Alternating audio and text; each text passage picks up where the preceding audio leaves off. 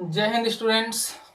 Class 10 के maths class में आप सभी का वेलकम। मैं हूं संजय कुमार और आप देख रहे हैं हमारा YouTube channel skyline science. Students, पिछले वीडियो में मैंने आपको दो चरों वाले रैखिक समीकरण युग्म के हल करने की विधियां बताई थी, जिसमें मैंने बताया था कि दो चरों वाले रैखिक समीकरण युग्म को 4 विधियों से हल करते हैं। इन चारों में से विलोपन विधि और प्रतिस्थापन विधि की चर्चा हम पिछले वीडियो में कर चुके हैं। आज की वीडियो में देखेंगे ग्राफीय विधि और वज्र गुणन विधि। स्टूडेंट्स, ये दोनों ही विधियां बहुत ही आसान है।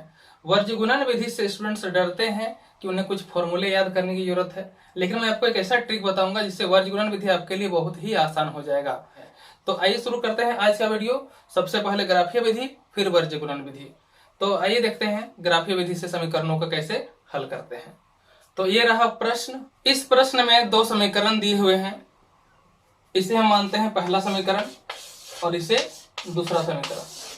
अब देखिए हल कैसे करते हैं। अब हमें समीकरण एक को हल करके x और y के अलग अलग मान निकालने हैं।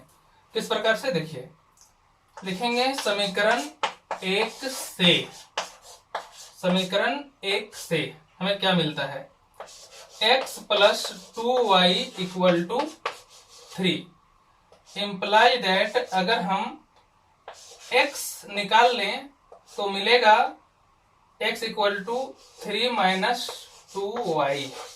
ये x इक्वल टू, यहाँ 3 तो है ही, ये 2y इधर प्लस में है, हम उसे माइनस कर देंगे तो x का वैल्यू मिल जाएगा x equal to 3 minus 2y।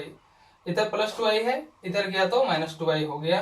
Equation वही है, हमने सिर्फ x का एक अलग मान निकालना है। आपको वही करना है, आपको यहाँ पर x या y को निकाल लेना है और फिर एक बॉक्स बनाना है जिस बॉक्स में आपको x और y के अलग अलग मान बनाने हैं। ये हो गया बॉक्स।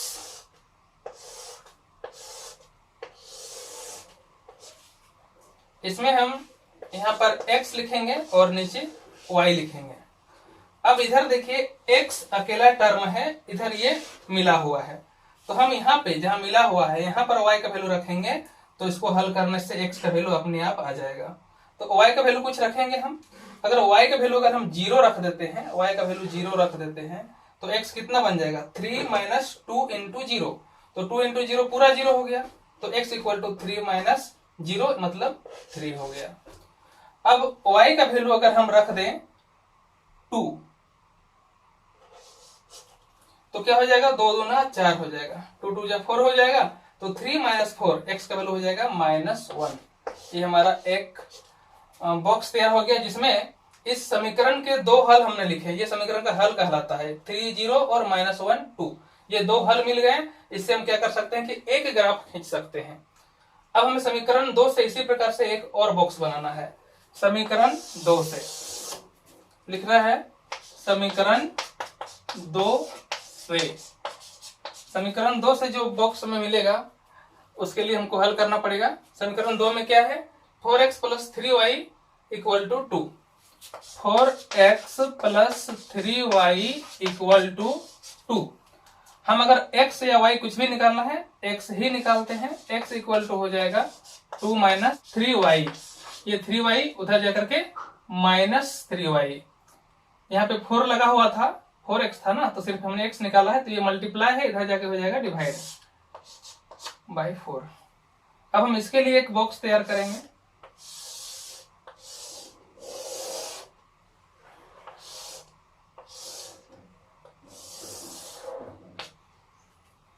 इसमें भी x और y लिख देंगे।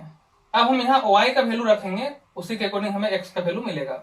अगर हम y का वैल्यू रख देते हैं 0, y का वैल्यू 0 यहां पर भी रख देते हैं 0, तो कितना मिलेगा हमें, 2 माइनस 0, क्योंकि y 0 रखने पर ही पूरा 0 हो जाएगा। 0 से गुना होगा तो 3 भी 0 हो जाएगा, तो 2 माइनस 0 बाय 4 यानी कि कितना आया, 2/4। 2/4 का मतलब हुआ 1/2 और 1/2 का मतलब है 0.5।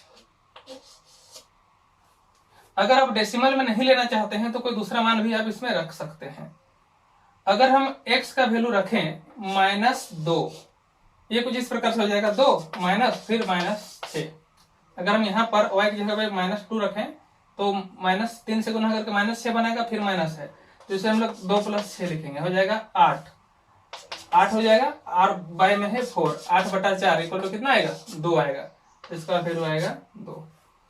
तो इस प्रकार से हम समीकरण 1 से भी एक बॉक्स निकालते हैं जिसमें समीकरण के दो हल हैं, 3 0 और -1 2। समीकरण 2 से भी हम दो वैल्यू निकालते हैं, 0.50 और 2 और -2। अब हमें क्या करना है, एक कार्तीय तल बनाना है, कार्टेशियन प्लेन बनाना है जिसमें x और y एक्सिस होंगे, और उसी में हमें ये जो कोऑर्डिनेट्स दिए हुए हैं, यानी कि ये जो हल है कोऑर्डिनेट्स बोलते हैं, ये x का कोऑर्डिनेट हो गया, ये y का कोऑर्डिनेट हो गया, है ना। तो हमें इसके क्या करना है कि उसको हल करना है। देखिए अब ग्राफ कैसे बनाते हैं स्टूडेंट्स। बोर्ड मुझे मिटाना पड़ेगा क्योंकि जगह नहीं है, इसलिए मैं इन दोनों बॉक्स को किनारे पर लिख लेता हूं, फिर यहाँ पे ग्राफ बनाकर दिखाता हूं।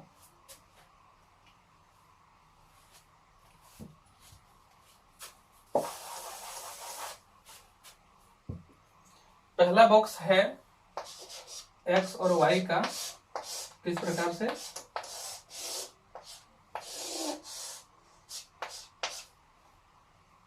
ये 3 है, 0 है, -1 है और 2 है। दूसरा बॉक्स भी बना लेता हूं उसी के जस्ट नीचे, क्योंकि बोर्ड में थोड़ा जगह कम है तो काम चलाना पड़ेगा ऐसे ही। x y ये 0.5 और ये 0, ये 2, ये -2। अब इसे मिटा करके मैं इसे सॉल्व करता हूँ। अब हमें बनाना होगा कार्तीय तल या फिर कार्टेशियन प्लेन। स्टूडेंट्स आपको ग्राफ कॉपी पर बनाना है, वैसे आप ऐसे ही प्लेन कॉपी पर भी बना सकते हैं, लेकिन एक्यूरेसी उसमें उतनी अच्छी नहीं आ पाती है। मैं आपको यहाँ एग्जांपल के लिए बना के दिखा दे रहा हूँ। तो कार्टेशियन प्लेन आपको कुछ इस प्रकार से बनाना है। ये क्या होता है, एक्स एक्सिस है ना, तो इधर जो हो जाएगा वो x नेगेटिव हो जाएगा। ऊपर नीचे जो होता है वो y एक्सिस होता है, और नीचे हो जाएगा y नेगेटिव। और जो बीच वाला जो पॉइंट है इसको हम लोग बोलते हैं शून्य, यानी कि 0। अब हमें क्या करना है कि इसमें ग्राफ कॉपी पर तो चूंकि स्क्वायर बने होते हैं तो आसान होता है, यहाँ पर एक अंदाजा से हम यहाँ पे लगा लेते हैं आपको दिखाने के लिए। ये हो गया 1, ये 2, ये 3 और ये 4। लगभग वही दूरी पर 1 2 3 2 3। इधर भी, इधर नेगेटिव होगा, -1 -2 -3। उसी प्रकार से इधर बनाना पड़ेगा, ये भी नेगेटिव होगा, -1 -2 -3। अब हमें ग्राफ खींचना है। वैसे बोर्ड पर एक्यूरेसी आ पाएगी कि नहीं आ पाएगी कहना मुश्किल है, आप ग्राफ कॉपी पर करेंगे। अब हमें क्या करना है कि x का जो मान है इस पहले वाले से, ये पहला समीकरण का बॉक्स है, ये दूसरा समीकरण का बॉक्स है, तो पहले वाले से हमें जो हल है x और y का जो वैल्यू इससे हमें ढूंढना है। पहला हल क्या है, x इक्वल टू है 3, y इक्वल टू 0 है। ये 0 दोनों के लिए होता है, x के लिए भी y के लिए। तो जब x 3 है तो y 0 पर है, y यहीं पर है, तो क्या करेंगे कि ये ना तो ऊपर जाएगा ना नीचे आएगा, इसी पे 3 वाले पॉइंट पे हमें क्या करना है कि गोल कर देना है और इसको मार्किंग कर देना है कि ये हमारा 3rd नंबर का पॉइंट है। ग्राफ कॉपी पर बिल्कुल आपको ऐसा ही करना है। दूसरा, x जब -1 है तब y 2 है, तो x के लिए माइनस के लिए इधर आना पड़ेगा। x जब -1 है तो y इक्वल टू कितना है, 2 है, पॉजिटिव है। तो हमें क्या करना पड़ेगा, x ये -1 है ही, हमें y के लिए जाना पड़ेगा 2 की ओर। तो इसको बढ़ाते हैं, इसको बढ़ाते हैं, y की ओर बढ़ाते हैं, इधर बढ़ाते हैं, y की ओर बढ़ाते हैं इसको, और इसको x की ओर बढ़ाते हैं, नेगेटिव x की ओर बढ़ाते हैं एक दूसरा पॉइंट को, क्योंकि y का वैल्यू 2 दिया हुआ है, तो इसको बढ़ाते हैं इधर। और जो क्रॉस पॉइंट होता है उस क्रॉस पॉइंट ही हमारा जो पॉइंट है वो है, ये क्रॉस पॉइंट ही आंसर होता है। तो यहाँ पे बन गया, ठीक है। अब हम क्या करते हैं कि स्केल बैठा करके इसको मिला देते हैं। ये पहला समीकरण का ग्राफ तैयार हो गया, और इसके ऊपर क्या करते हैं कि पहला समीकरण लिख देते हैं। जो हमारा समीकरण था x + 2y = 3, यहाँ पे लिख देते हैं x + 2y = 3। ये एक सीधी रेखा है, एक ग्राफ है, हमें इसका क्रॉस पॉइंट पर हमें इसका आंसर मिलेगा। इसके लिए क्या करेंगे, दूसरा ग्राफ भी बनाना पड़ेगा। दूसरा ग्राफ दूसरे बॉक्स से, x जब 0.5 है 0.5x मतलब यहाँ पर होगा, लगभग इसी जगह पे होगा ना। 0 और 1 के बीच में 0.5 होता है, तो इस जगह पर। तो इस पॉइंट को हमें क्या करना है, घेर देना है। ग्राफ को भी पर 0.5 के लिए भी एक हल्की सी मोटी लाइन दी हुई होती है। x जब 2 है तो y -2 है, x जब 2 है तो y -2 है, तो y का -2 नीचे मिलेगा। हम यहाँ पे आएंगे, इधर इसको इधर बढ़ाएंगे, इसको इधर बढ़ाएंगे, और जो क्रॉस पॉइंट है उसको हम लोग मार्क कर देंगे। अब क्या करना है कि एक ग्राफ हमें खींचना है इस प्रकार से, इसी के सीधा स्केल में ला करके खींचना है। इस प्रकार से हमें ग्राफ खींच देना है। ये भी ग्राफ की एक सीधी रेखा मिलेगी हमें। आप बोर्ड पर उतनी एक्यूरेसी नहीं आ पाती, इसलिए आपको लाइनें सीधी नहीं दिख रही होंगी, लेकिन जब स्केल बैठा करके बनाएंगे तो बिल्कुल सीधी लाइन आपको मिलेगी। ये हो गया दूसरा ग्राफ। और हमारा जो आंसर है, समीकरण युग्म का जो आंसर है वो इसका क्रॉस पॉइंट होता है। ये हमें मिला है 2 और -1 में। तो 2 किसका मिला है, y का मिला है, और -1 किसका मिला है, x का मिला है। तो हमारा आंसर हो गया x = -1 और y = 2। ये ग्राफीय विधि से समीकरण का हल हो गया। हम लोगों ने जो हल किया है, जो सॉल्व किया है, वो सही है कि नहीं है, उसके लिए हमें इक्वेशन में बैठा करके देखना पड़ेगा। अब इस समीकरण की इस ग्राफ के ऊपर भी दूसरा समीकरण आप लिख सकते हैं। तो दूसरा जो समीकरण था वह 4x + 3y = 2, यह मैंने लिख दिया, और ये पॉइंट आंसर हो गया। ये कौन सा पॉइंट है, x में -1 है और t है, 2 है। तो ये हो गया समीकरण का हल, ये पॉइंट है ना, इसमें आंसर आ गया है। अब हमें समीकरण में बैठा करके देखना है कि आंसर सही है कि नहीं। x के जगह -1 रखिए, हम इसी में पुट करते हैं। क्या है, x + 2y = 3 करके देखते हैं दोनों साइड इक्वल होता है कि नहीं होता है। x की जगह -1 और y 2 है, तो +2 और × 2 मतलब कि हो गया 4 = 3। तो बिल्कुल करेक्ट है, इधर भी 3 आ जाएगा और ये तो 3 है ही, तो दोनों तरफ इक्वल आ गया, इसका मतलब हमारा आंसर सही है। तो यह रहा ग्राफीय विधि। अब बात करते हैं वज्र गुणन विधि की। वज्र गुणन विधि से समीकरणों को कैसे हल किया जाता है। बहुत ही आसान है और बहुत ही इंटरेस्टिंग है, आप ध्यान से देखिए, आपको समझ में आ जाएगा। वज्र गुणन विधि। तो वज्र गुणन विधि से समीकरणों को हल करने के लिए मैं आपको एक छोटा सा ट्रिक दे रहा हूं, जिससे आपको इसका फॉर्मूला आसानी से याद हो जाएगा। वज्र गुणन विधि में हमें क्या करना पड़ता है, x और y के लिए एक फॉर्मूला दिया हुआ होता है, उसी फॉर्मूले को याद करना होता है, और याद करके हम क्या करते हैं, उस फॉर्मूले पर जब x और y को बैठाते जाते हैं तो हमारा आंसर आ जाता है। आपको उस फॉर्मूले को याद करने की जरूरत नहीं है, बल्कि इस ट्रिक से आप क्या कर सकते हैं, उस फॉर्मूले को हमेशा के लिए याद रख सकते हैं। आप एक बार इस ट्रिक को समझ जाएंगे तो फॉर्मूला आपको हमेशा के लिए याद रह जाएगा, आप कभी नहीं भूलेंगे। तो ये देखते हैं ट्रिक क्या है। तो इस ट्रिक के लिए हम क्या करते हैं, सबसे पहले लिखते हैं x, फिर थोड़ी दूर पर लिखते हैं y, फिर थोड़ी दूर पर लिखते हैं 1, फिर एक लाइन खींचते हैं ऐसे ऐसे और ऐसे, और बीच में हम लोग क्या करते हैं, इक्वल डाल देते हैं। मतलब हम लोग x, y और 1 तीनों को लिख लेना है, नीचे बाई लगा देना है, फिर बीच में क्या करना है, इक्वल दे देना है। और एक चीज आप याद रखिएगा, BCCAAB, क्या, BCCAAB, BCCAAB पर ही ये पूरा फॉर्मूला तैयार हो जाएगा। किस प्रकार से देख लीजिए, लिखेंगे BC, यहाँ पे BC से शुरू करेंगे, BC, यहाँ भी BC, यहाँ पे CA, यहाँ भी CA, यहाँ पर AB और यहाँ पर AB हमने लिख लिया। बीच में माइनस लगा देना है, यहाँ भी माइनस, यहाँ भी माइनस, यहाँ भी माइनस। अब एक चीज याद करना है, 12 21, ये 12 21, 12 21, 12 21 बन गया फॉर्मूला। ये फॉर्मूला आपको याद भी हो गया होगा। अब क्या करना है आपको, A1 B1 C1 और A2 B2 C2 का जो वैल्यू समीकरण से हम निकालेंगे, उन सबको इस पर रख देना है और इसे हल कर लेना है। तो ये देखते हैं एक उदाहरण लेकर के कि इस मेथड से हम समीकरण को हल कैसे करते हैं। तो शुरू करते हैं एक क्वेश्चन लेकर। तो ये रहा हमारा प्रश्न वज्र गुणन विधि के लिए, और इसको बहुत ही मजेदार तरीके से बनाने के लिए आप तैयार हो जाइए। देखिए कैसे सॉल्व करते हैं। सबसे पहले क्या करना है, सबसे पहले तो दोनों समीकरणों को, जो उसका फॉर्मेट मैंने बताया था, किस फॉर्मेट में होता है, पहले वीडियो में मैंने बताया था, A1x + B1y + C1 equal to 0 और A2x plus B2y plus C2 equal to 0। सबसे पहले इस फॉर्मेट में हमें इस समीकरणों को कर लेना है। तो इन दोनों समीकरणों को अगर हम उसी फॉर्मेट में लिखें तो कैसे लिखेंगे हम, देखिएगा, और यह इंप्लाई दैट देके लिखिए, क्या हो जाएगा 2x प्लस 5y, 1 को इधर लेते आइए, माइनस 1 इक्वल टू हो जाएगा 0।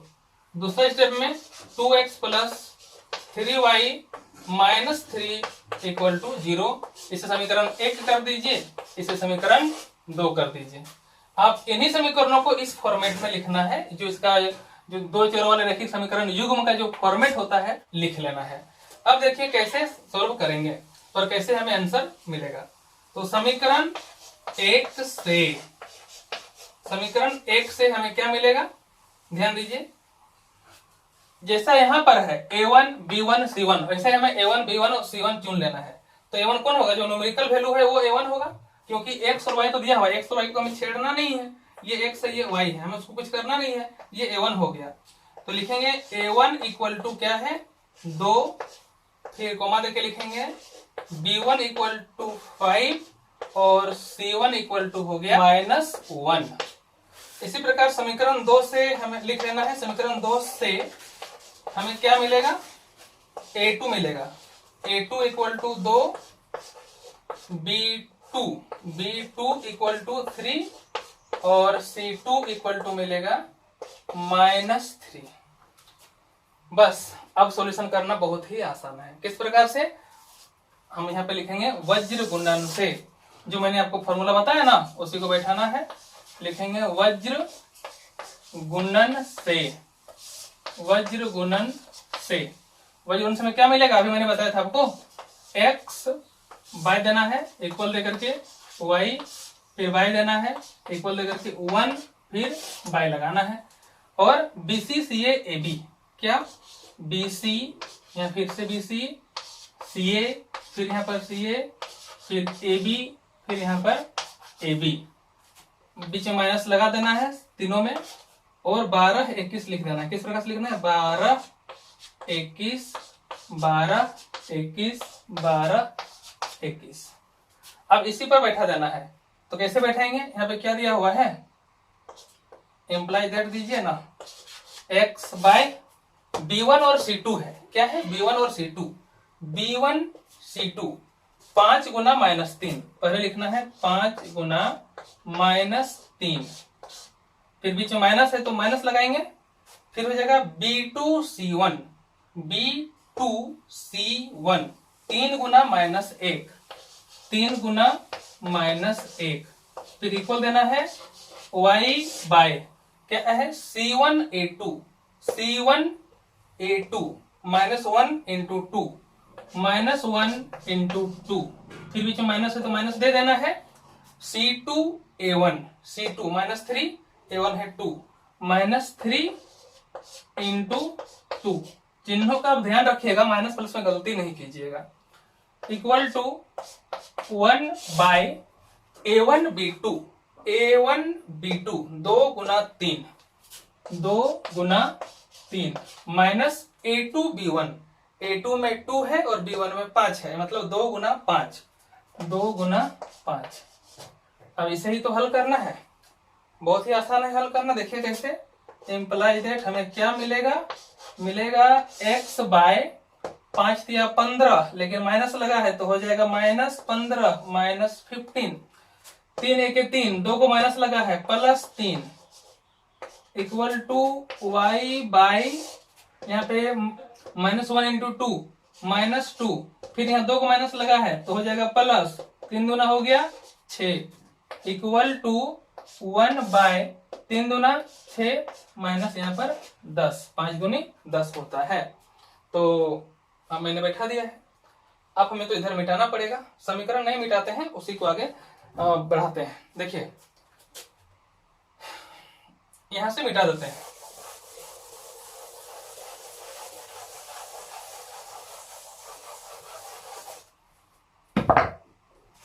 अब क्या मिलेगा, वहां से यहां आना है, इस लाइन से आगे बढ़ना है, इंप्लाई दैट क्या मिलेगा x बाय -15 और 3, माइनस और प्लस घट जाता है और बड़ा अंक का चिन्ह रहता है। तो -15 + 3 कितना हो जाएगा, घट जाएगा। 15 में 3 गया तो 12, लेकिन -12 बनेगा क्योंकि 12 बड़ा अंक का चिन्ह रहता है। तो -12 हो गया इक्वल टू y बाय -2 + 6। फिर यह घट जाएगा, क्यों घटेगा, क्योंकि माइनस और प्लस है और चिन्ह रहेगा बड़ा अंक का। घटाएंगे लेकिन चिन्ह बड़ा अंक का लिखेंगे, तो घटाएंगे तो कितना हो जाएगा, 6 में 2 गया तो बचा 4 और बड़ा अंक 6 है, प्लस का चिन्ह इसलिए +4 रहेगा। कोई दिक्कत यहाँ पर नहीं है।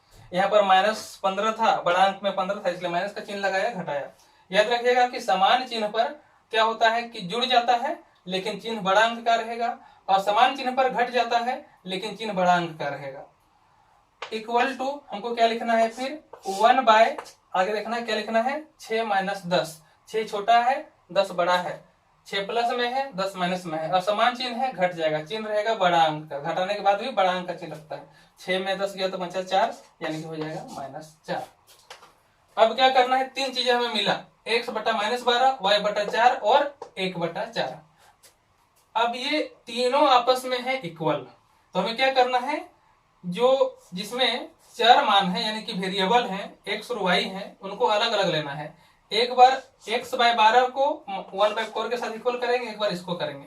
तो अगला ही लाइन में कोमा देके लिखेंगे, इंप्लाई दैट x बटे -12 इक्वल टू 1 बटा -4। ये हो जाएगा, कोमा दे देना है, y बटा 4 इक्वल टू हो जाएगा 1 बाय -4। आ रहा है ना मजा, बहुत इंटरेस्टिंग है। देखिए अब यहाँ दोनों में माइनस लगा हुआ है, दोनों को हम यहाँ से क्रॉस कर देंगे, माइनस को काट सकते हैं। इसमें एक ही में माइनस लगा हुआ है, इसलिए हम लोग काट नहीं सकते हैं, काटने का अधिकार नहीं है। अब क्या करना है कि x बटे 12 है, वो है आपका 1 बटा 4 के इक्वल। अब इसको क्रॉस मल्टीप्लीकेशन कर दीजिए ना, ये हो जाएगा 4x इक्वल टू हो जाएगा 12। इंप्लाई दैट हम लोग इसे लिखेंगे, क्या लिखेंगे कि 4x equal to, cross multiplication हो जाएगा 12। फिर कमा देके ये भी क्रॉस मल्टीप्लीकेशन हो जाएगा कि -4y इक्वल टू हो जाएगा 4। यहाँ भी 4, वहां भी 4, -4 से 4 को काटेंगे तो -1 बार में ये कट जाएगा। ये -4 खत्म हो गया, ये 4 खत्म हो गया, y इक्वल टू आ गया -1। ये भी कटेगा, 4 तिया 12, यहाँ कट गया तो हो गया हम लोग का कितना मिला, x इक्वल टू 3 मिल गया और y इक्वल टू मिल गया -1। ये हो गया हमारा आंसर वज्र गुणन विधि से। तो बहुत ही आसान है। तो स्टूडेंट्स, वज्र गुणन विधि उम्मीद है कि आपको समझ में आ गया होगा, और ग्राफिया विधि भी। तो मिलते हैं अगले वीडियो में। जय हिंद।